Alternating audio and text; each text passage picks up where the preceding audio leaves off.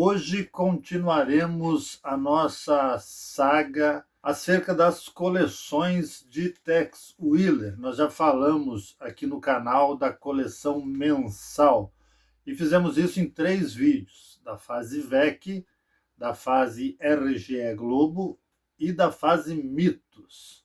Fizemos um raio-x da coleção nessas 3 fases. Agora daremos continuidade em ordem cronológica, falando das outras coleções. E na sequência, a coleção que nós falaremos será a segunda edição da mensal, a famosa reedição, que começou também lá na VEC. É isso que trataremos no vídeo de hoje.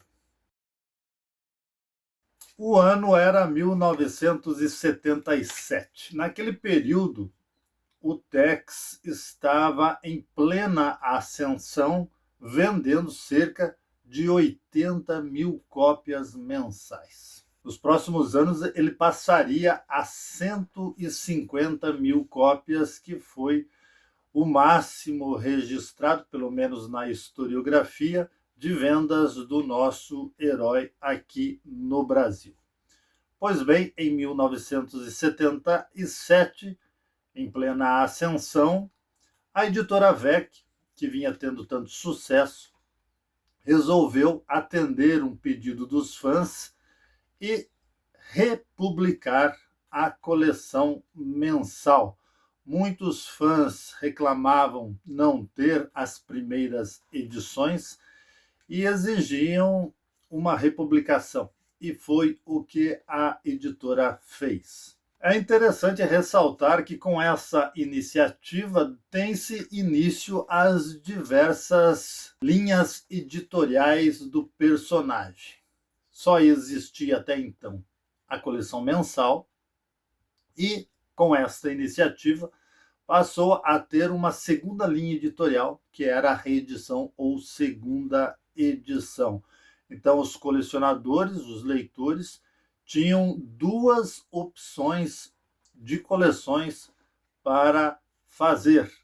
Alguns optavam por completar a sua coleção e outros optavam por fazer as 2 linhas de coleção. Em janeiro e fevereiro de 1977, as edições número 71, Assalto ao Trem, e 72, Texas Bill, traziam no frontispício uma propaganda com texto explicativo anunciando essa iniciativa da editora. Com isso, ela preparava os fãs para o empreendimento que traria novamente a edição número 1 ao alcance dos interessados. Foi então no mês de abril que chegava às bancas de todo o país o número 1 da segunda edição. Essa edição ela vinha, diferentemente da iniciativa original, em formatinho, que era uma novidade na coleção, que até então vinha em algo parecido com o formato italiano. Esta edição ela veio com a imagem espelhada, ou seja, invertida, do original, justamente para abrir espaço, para dar um destaque no logo do Tex. E assim, o layout da capa tinha uma diferença substancial da edição número 1 da primeira edição, além, é claro, do formato e do padrão de lombada, que já havia sido padronizado e definido pela editora VEC. E é justamente no padrão da lombada que a segunda edição trazia uma diferença notável. Embora houvessem exceções, era mais comum que, ao olhar as lombadas da segunda edição, nós temos uma predominância do logo do Tex na cor vermelha. Se formos observar as lombadas da primeira edição, nós veremos que há uma predominância no colorido do logo em azul. Então, esta era a diferença visual que as lombadas dessas edições traziam. Na capa, havia também uma diferenciação. Até o número 4 da reedição, o indicativo de se tratar de uma segunda edição achava-se em uma faixa cruzada na capa da revista, em seu canto esquerdo superior. E a partir do número 5, passou-se então apenas a existir ali um escrito segunda edição, pequeno, embaixo do logo. A partir do número 5, este passou a ser o padrão para a continuidade da coleção, como indicativo de se tratar da reedição. Curiosamente, quando a VEC estava agonizando, no ano de 1983, a partir da edição 91, da reedição, 91 inclusive, não foi colocado esta inscrição segunda edição embaixo do logo. Então, se compararmos as capas da primeira e da segunda edição, não haverá essa diferença. E isso traz algum transtorno para aqueles que querem adquirir edições antigas e ficam sem saber se, ao vislumbrar a capa, se trata da primeira ou da segunda edição. A prova estaria apenas no frontispício ao verificar a data, mas há um pulo do gato aí. Se olhar o valor de capa dessas edições, a primeira edição terá um valor bem menor do que a segunda edição, pelo tempo que se somava de uma edição para outra. Então, por óbvio, a segunda edição apresentava, haja visto a inflação da época, um valor bem superior ao da primeira edição. Então, se você verificar o número 91, 92, 93, 94 dessas edições e olhar pela capa, vai identificar a segunda edição pelo alto valor da capa. Fica a dica. Ao falir, a VEC conseguiu emitir ainda a edição número 94 desta reedição. Porém, havia falta de material e, consequentemente, essa edição, que é originalmente uma edição especial, foi publicada pela metade e deixou-se o restante da história para o futuro e para quem assumisse o personagem então. Quem assumiu foi a Rio Gráfica e Editora, futura Editora Globo, que já havia publicado o personagem lá nos anos 50 na revista Júnior. Roberto Marinho não iria deixar passar o estrondoso sucesso que Tex estava vivendo, afinal, o personagem estava a todo vapor entre os fãs. O problema de falência da VEC foi uma outra questão que eu explico no vídeo em que falo sobre a editora, mas o Roberto Marinho não iria deixar passar essa oportunidade e resolveu tomar as publicações da VEC para si.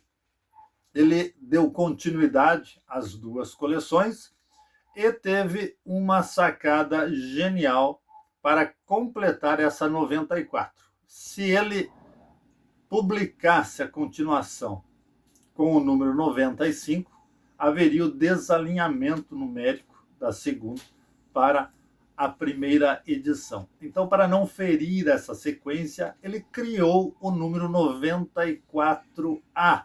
Inteligentemente, colocou o título de O Pacto de Sangue 2 e um subtítulo A Vingança de Águia da Noite, estampou uma capa inédita no Brasil e publicou então esta edição, completando a aventura passada e ainda não alterando a numeração da reedição. Essa edição, ambas inclusive, a 94 e 94A, são duas edições muito queridas dos colecionadores e, consequentemente, valorizadas. Uma curiosidade do colecionismo é que a partir do 100, vamos colocar aí o número 100 como limite, a partir do número 100, a RGE ela produziu com pouco cuidado editorial em termos de material as edições da segunda edição. O que aconteceu foi que o material precário traz danos com o tempo mais acentuado a essas edições. Então, a partir do número 100 da segunda edição, os números são muito valorizados se encontrados em bom estado. Então, curiosamente, as edições mais antigas acabam sendo, na compra, mais baratas do que essas edições de número mais elevado. Isso nesta coleção, a reedição, por conta da dificuldade em encontrá-las em bom estado de conservação. Outro aspecto pitoresco da segunda edição é que, quando ela foi republicar o número 135, A Mão Vermelha, no início de 1987, houve um conflito. Isso porque a RGE, bem no finalzinho desse selo, ela passaria então ao selo Globo, mas ela ainda conseguiu publicar uma nova coleção, que é o Tex Coleção, cujo número 1, homônimo à edição 135 da VEC, A Mão Vermelha, trazia, por ser mais fino, parte das histórias contidas nessa edição da VEC. A edição da VEC 135 é uma edição especial. Quando a editora Agora Globo foi publicar o 135, deu com este conflito. Então, o que ela fez? Ela resolveu pular esse número e trazer a próxima edição, A Águia e o Relâmpago, que na sequência original é o número 136, para o número 135. Com isso, consequentemente, desalinhou todas as próximas edições e a reedição da primeira edição passava a não casar com os números, trazendo um aborrecimento aos fãs e enchendo a editora de reclamações. Quando chegou no número 148, a Globo republicou a história A Máscara de Ferro, que originalmente é a número 149 da primeira edição. Numa tentativa de realinhar os números, a editora resolveu rachar essa aventura ao meio, tal qual a VEC havia feito com a número 94. Então, ela publicou a 148 com o título A Máscara de Ferro, uma edição bem mais fina, pois esta edição não era uma edição especial.